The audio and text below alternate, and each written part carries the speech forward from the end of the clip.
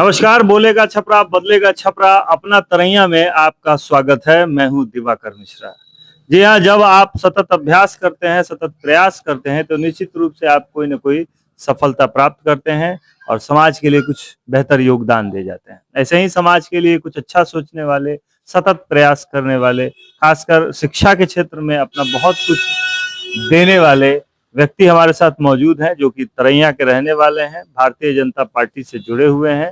तरैया 116 विधानसभा के संभावित प्रत्याशी भी हैं और उनसे आज हम बातचीत करेंगे तरैया के ऊपर कि तरैया विधानसभा को इतने दिनों की राजनीति में क्या मिला, क्या तरैया विधानसभा की वर्तमान स्थिति है। कुंवर सोनू सिंह है हमारे लिए। आपका बहुत बहुत स्वागत है। सबसे पहले आपके बोलेगा छपरा बदलेगा छपरा के सभी दर्शकों को बहुत बहुत आभार, धन्यवाद। और हमारा संकल्प ही है कि विकसित तरैया विधानसभा से विकसित बिहार और विकसित बिहार से विकसित भारत की संकल्पना साकार करने के लिए हम लोग निरंतर कार्य कर रहे हैं। सबसे पहला सवाल यही है कि चूंकि वर्तमान में आप ही की पार्टी से जुड़े हुए व्यक्ति विधायक हैं, तो एक सवाल उनका भी होगा और पिछले जो 30 साल 40 साल की राजनीति रही, या यूं कहें आजादी से बाद तक अभी तरैया को उस राजनीति के फलस्वरूप उन प्रतिनिधियों के रहने के बावजूद क्या मिला और वर्तमान स्थिति तरैया की क्या है। देखिए, बिहार के सभी 243 सीटों में एक तरैया विधानसभा का अपना एक अलग महत्व और पहचान है। और पिछले 30-40 सालों की राजनीति आप देखें तो हमें लगता है कि पिछले कुछ वर्षों से दो परिवार खासकर राजनीतिक सत्ता में रहे और एनडीए सरकार जब भी आई तो तरैया में विकास भरपूर हुआ। जो भी विकास कार्य हुए एनडीए के राज में ही हुआ है।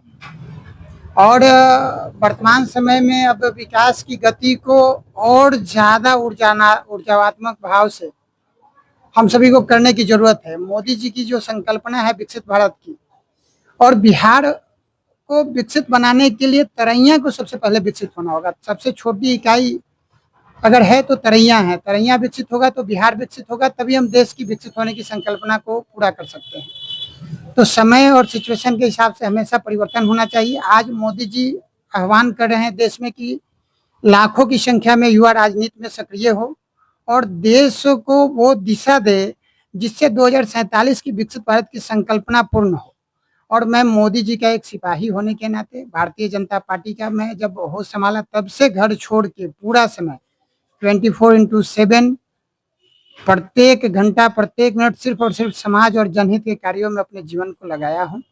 और इस नाते पार्टी संगठन में हमने अपना एक विषय संगठन के पास पहुंचाया है, संगठन के जो बड़े पदाधिकारी हैं सबको, कि अब जरूरत है तरैया को तेज गति से विकास की, तरैया को विकसित बनाने की, जात पात से ऊपर उठ के तरैया में समग्र विकास करने की।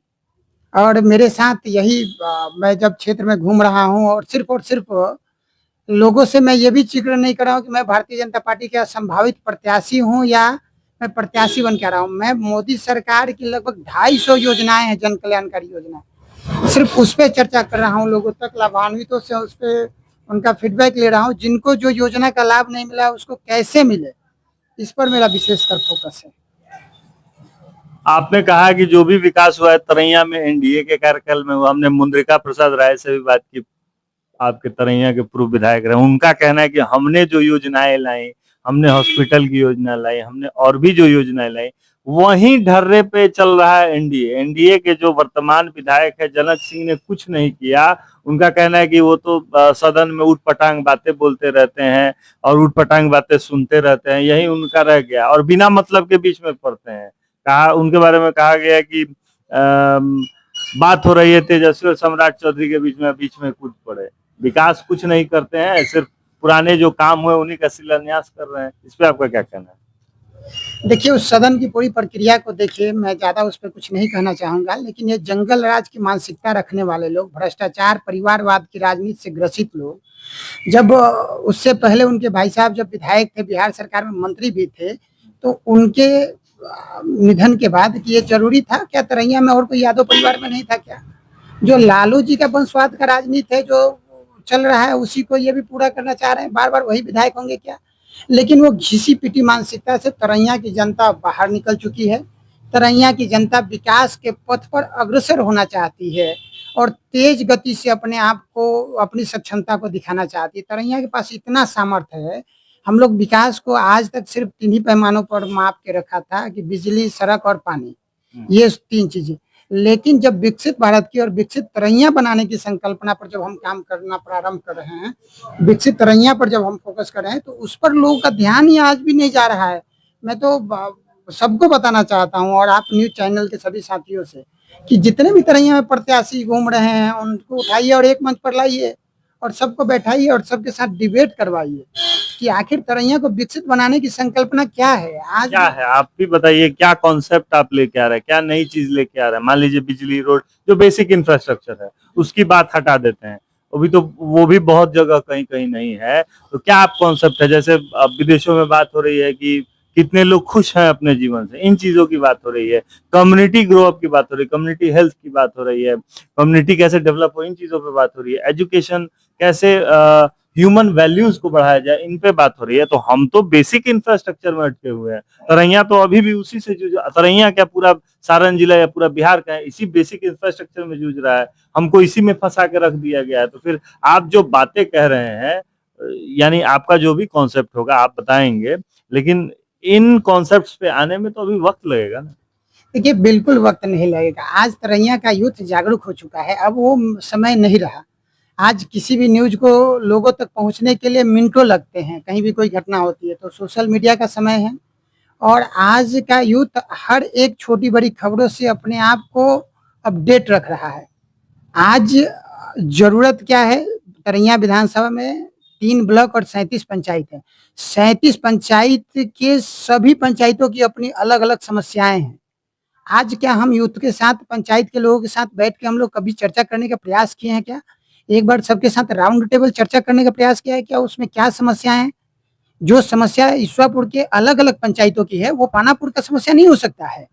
विकास तभी होगा जब वहां के लोगों के साथ संवाद करके उन विषयों पर आप फोकस करते हैं। आजादी के नहीं, चर्चा होती है, चर्चा तो होती ही है। मान लीजिए कि 21 करोड़ का बजट है एक पंचायत का, तो कैसे उसमें कमीशन खाया जाए, कैसे दलाली खाया जाए, कैसे उसमें लूट खसोट किया जाए, इस पे तो चर्चा राउंड टेबल पे होती ही है।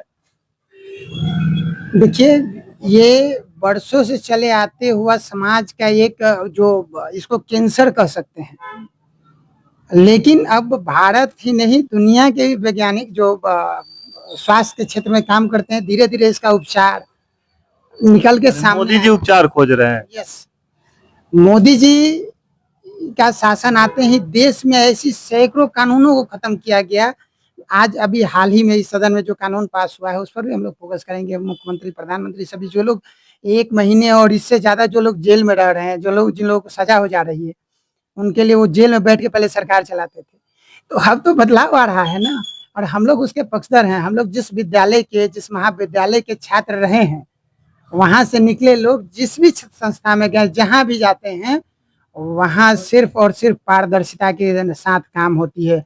तरैया भ्रष्टाचार और भय मुक्त होकर तरैया का प्रत्येक एक एक नागरिक आने वाले समय में अपने आप को सुखी जीवन व्यतीत करेगा। ये मेरा आज आपसे वादा है। मैं कुछ पार्टी में दायित्व है मेरे पास, मैं पार्टी का सिपाही हूँ, मुझे विधायक में बनूं ना बनूं, लेकिन ये विश्वास है कि तरैया का जनता जिस तरह से मेरे साथ खड़ा है आज और जिस तरह से सहयोग कर रहा है, आने वाले समय में ये विश्वास है कि हम लोग मिलकर एक सकारात्मक परिवर्तन लाएंगे। जात पात, परिवारवाद, दलवाद से ऊपर उठकर राष्ट्रवाद की राजनीति का जो तरैया उदाहरण बनेगा, वो पूरे बिहार में ही नहीं, देश में एक नया मापदंड खड़ा करेगा। और हम सभी लोग, आपको पता होना चाहिए, मैं बहुत ही सामान्य परिवार से आता हूँ, एक कृषक परिवार से। वही तो मैं आपसे सवाल पूछने वाला था, आपने उस चर्चा को बीच में ला दिया। 2 सवाल थे मेरे। एक तो पॉलिटिकल सवाल है, आगे चुनाव कैसे क्या होगा। दूसरा, मैं ये देख रहा हूँ कि चकाचौंध की राजनीति, जिससे सामान्य युवा जो है आकर्षित होकर आ रहे हैं, लेकिन आप सामान्य परिवार से आते हैं, उतने संसाधन नहीं है, उतनी सारी चीजें नहीं है, कैसे इस चकाचौंध की राजनीति का सामना कीजिएगा? ये कैसे संभव है कि जहां आज चुनाव में परोक्ष रूप से 4 करोड़ 5 करोड़ रुपया खर्चा हो रहा है, चकाचौंध है, गाड़ियां हैं, मतलब मतलब पूरा एक फ्लैश लाइट जल रहा है बहुत तेजी से, और जिसमें सबकी आंखें जो है चौंधिया जाती हैं। उसमें एक सामान्य परिवार का लड़का, ठीक है, विजन मोदी जी आप लोग देख रहे हैं, मोदी जी चाय बेचते थे, प्रधानमंत्री बने, सेवा कर रहे हैं देश की, लेकिन सच्चाई और जो असलियत होती है, असलियत जो होती है और जो वास्तविकता है और जो दिख रहा है, उसमें बहुत अंतर होता है। कैसे? संयोग से मुझे संगठन काम करते हुए काफ़ी लंबा समय हो गया, 16-17 साल से ज़्यादा समय हो गए, जो पूरा समय दे के मैं समाज के लिए काम करता हूँ। और आपकी जानकारी के लिए बता दूँ कि मुझे देश के लगभग 15 से ज़्यादा राज्यों में सक्रिय रूप से काम करने का अवसर मिला है। मैं बहुत नज़दीक से देखा हूँ, इतने सामान्य परिवार के लोग जो निस्वार्थ भाव से समाज हित के लिए, राष्ट्र हित के लिए लगे हुए हैं, उनके लिए समाज आगे-आगे खड़ा हो जाता है। आज भी जिस चकाचौंध की आप बात कर रहे हैं, समाज में राजनीति करने के लिए लोग जो दिखावे की राजनीति करते हैं, अपना दल बल, बाहुबल, धन बल, इसका जो इस्तेमाल करते हैं, सारे लोगों के पास पेड वर्कर हैं। 500 रुपया दीजिएगा तो नेताजी के द्वार पर 5 गो लोग आएगा, तो गाड़ी में बैठेगा तो उसके साथ क्षेत्र में जाएगा, नहीं जाएगा। नहीं तो नहीं जाएगा। लेकिन मेरे साथ जो भी लोग घूमते हैं, वो अपने घर से भूजा जेब में रख लेते हैं, अपने घर से खाना खाते हैं और हमको भी खिलाते हैं, और साथ में पूरा क्षेत्र घुमाते हैं, गांव घुमाते हैं। मान लिया जाए कि आप सारण जिले के दूसरे सिगरीवाल, युवा सिगरीवाल आप निकल के आ रहे हैं। तरैया की जनता के लिए देखिए, जहां भी आप जाएंगे, जिन लोगों से भी बात करेंगे, तो मुझे लगेगा कि मैं आज भी वही हूँ। आज भी मुझे चलने के लिए, जब साइकिल से, पैदल, ऑटो रिक्शा, गाड़ी, मुझे किसी की बाध्यता नहीं है, और ना ही मैं कभी लाव लश्कर के फेर में रहा हूँ। फिर जहाँ भी जाता हूँ सरलता पूर्वक जाता हूँ, सारे अभिभावक, युवा साथियों से मिलता हूँ, और सबका भरपूर स्नेह। जो लोग मुझे एक बार मिलते हैं ना, उनका आशीर्वाद हमेशा के लिए मेरे ऊपर बना रहता है। भगवान के बाद मैं तरैया के देवतुल्य जनता का हार्दिक हार्दिक अभिनंदन और वंदन हमेशा करना चाहूंगा। यानी संगठन पे आपको भरोसा है? संगठन में जो चीजें हैं, जैसे भजन लाल मुख्यमंत्री बन जाते हैं, रेखा गुप्ता बन जाती हैं, सामान्य चाय बेचने वाला प्रधानमंत्री बन जाता है, ऐसा आपको लगता है कि, चूंकि अब मैं पार्टी के अंदर बात कर रहा हूँ, चूंकि पार्टी में भी बहुत संघर्ष है, ऐसा नहीं है कि भारतीय जनता पार्टी में टिकट बहुत आसानी से आपको मिल जाएगा, आंतरिक संघर्ष है भाजपा में, लेकिन आपको विश्वास है? देखिए, मुझे अपने प्रदेश नेतृत्व और केंद्र नेतृत्व पर पूरा भरोसा है, और मुझे ये भी भरोसा है कि वो लोग निश्चित ही सभी विषयों पर गंभीरता से आकलन करते होंगे। मैं आज जो बिहार का वर्तमान माहौल है, तेजस्वी यादव युवा के नाते लोगों के बीच में जा रहे हैं, मुकेश सहनी युवा के नाते बीच में जा रहे हैं, चिराग पासवान एक यूथ होने के नाते बीच में, लोगों के बीच में अपने विषय को रख रहे हैं। भारतीय जनता पार्टी जो राजनीतिक एजेंडा सेट कर रही है वर्तमान समय में, और भारतीय जनता पार्टी का जो विजन है 2047 का, आज अगर हमारे जैसे लोगों को पार्टी अवसर देती है, और हम लोगों के साथ तो सबसे बड़ा प्लस पॉइंट ये भी है कि ना हम लोग दल बदलने वाले लोग हैं, जीना यहाँ मरना यहाँ, इसके सिवा जाना कहाँ। वो भाव में ही, मतलब अगर शरीर का कोई भी अंग कटेगा तो खून का, रक्त का नस नस कहेगा, कतरा कतरा यही कहेगा कि भारत माता की जय, वंदे मातरम। तन समर्पित, मन समर्पित और ये जीवन समर्पित। चाहता हूँ देश की धरती तुझे कुछ और भी दो, माँ तुम्हारा ऋण बहुत है मैं अकिचन, फिर भी कर रहा तुझको निवेदन, थाल में लाऊं सजाकर भाल जब भी, कर दया स्वीकार लेना यह समर्पण, तन समर्पण, मन समर्पण और यह जीवन समर्पण। अच्छा, चलिए, आंतरिक संघर्ष की कहानी तो हम समझ गए कि आपने संगठन में बहुत मतलब काम किया है, संगठन पे आपको भरोसा है। मान लीजिए पार्टी ने आप पे विश्वास जता दिया, आपको टिकट दे दिया, फिर भी पार्टी की तो बात हटा दें, लेकिन अब तो और पार्टियां हैं, जनसुराज आ गई है, नई पार्टी। तरैया में आपके पूर्व विधायक भी तैयारी में, चुनाव मुद्रिका प्रसाद राय काफी मतलब संघर्षशील हैं, और भी लोग हैं जो राजद से लड़ना चाहते हैं, उसके अलावा निर्दलीय भी बहुत सारे लोग हैं जो कि चुनाव लड़ना चाहते हैं। तो एकदम मतलब बहुआयामी संघर्ष होगा वहां पे आपका, इतना आसान नहीं होगा, और उसमें जात भी होगा, उसमें पैसा भी होगा, उसमें हर तरह के हथकंडे अपनाए जाएंगे। वहां कैसे अपने आप को फिट बनाइएगा? देखिए, मैं इस सारी समीकरणों में सबसे अपने आप को ऊपर रखता हूँ, और आज की परिस्थिति में मैंने हर तरह से अपने आप को मजबूत करके रखा है। ना हम लोग डरने वाले लोग हैं, ना घबराने वाले लोग हैं, ना हमारे साथ रहने वाले कोई भी व्यक्ति किसी प्रकार के लालच, मोह, माया और डर के बंधन में है। हम सब लोग संगठन में काम किया। मैंने विपरीत परिस्थिति में किशनगंज, अररिया, फरबिसगंज, कटिहार, पूर्णिया जैसे जगहों पर संगठन का काम किया है। देश के कई राज्यों में, काशी प्रांत में मैं रहा हूँ, वहाँ के जितने जिले हैं लगभग 30-32 जिलों का काम रहा, राजस्थान। तो इसलिए यहाँ की जो परिस्थिति है ना, इस सबसे मैं अपने आप को बिल्कुल ऊपर मानता हूँ। इस बार जो 20 का चुनाव है, उसका एक छोटा सा आकलन मैं बताता हूँ आपको। भारतीय जनता पार्टी को लगभग 55,000 के करीब वोट आया है और विपक्ष में 1,17,000 वोट समथिंग आसपास वोट गिरा है, जो आंकड़ा आप मिलाएंगे तो। और उसमें हर जाति से लगभग जो तरैया के अपने आप को दिग्गज महारथी कहते हैं, उन लोगों ने अपना किस्मत आजमाया हर तरह से। धनबल, जनबल, बाहुबल, सारे बल उसमें गंभीरता से आप लोगों ने चुनाव लड़ा देखा। लेकिन मैं आपसे आज दावा करता हूं कि अगर भारतीय जनता पार्टी अगर हम पर विश्वास करती है तो मैं तरैया को 55,000 वोटों से ज्यादा वोटों से तरैया की सीट जीतकर पार्टी की झोली में देने का प्रयास करूंगा।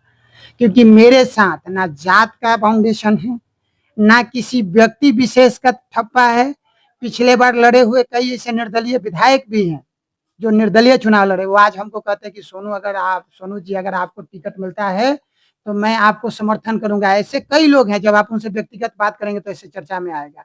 और तरैया के जितने भी संभ्रांत अच्छे लोग, सामाजिक लोग हैं, जो धन बल से मजबूत हैं, वो मेरे लिए झोली फैला के खड़े हैं कि अगर सोनू जी आप पर पार्टी भरोसा करता है तो आपका 1 रुपया भी नहीं खर्च होगा, हर तरह का सहयोग हम करेंगे। मैं आपको 3700 पंचायत से कुछ नाम दे दूंगा, आप जाके उनसे मिलिए, जो अपने आप को कुछ कहते हैं, ऐसे हर तरह में समाज में अपना स्थान रखते हैं वो लोग। और खुद मैं भी आज अपने आप को इतना सक्षम कर चुका हूं कि किसी भी प्रकार से हमको सोचने की जरूरत नहीं, और ये सारे लोग धराशायी हो जाएंगे। यानी आप वेल प्रिपेयर्ड हैं, एकदम चुनाव के लिए तैयार हैं, तरैया की जनता के विकास का संकल्प लेकर मैदान में उतर चुके हैं। तो कुंवर सोनू सिंह जी के लिए एक ही लाइन याद आती है कि बरसों तक वन में घूम घूम, बाधा विघ्नों को चूम चूम, सह घूम घाम पानी पत्थर, कुंवर सोनू सिंह आए कुछ और निखर।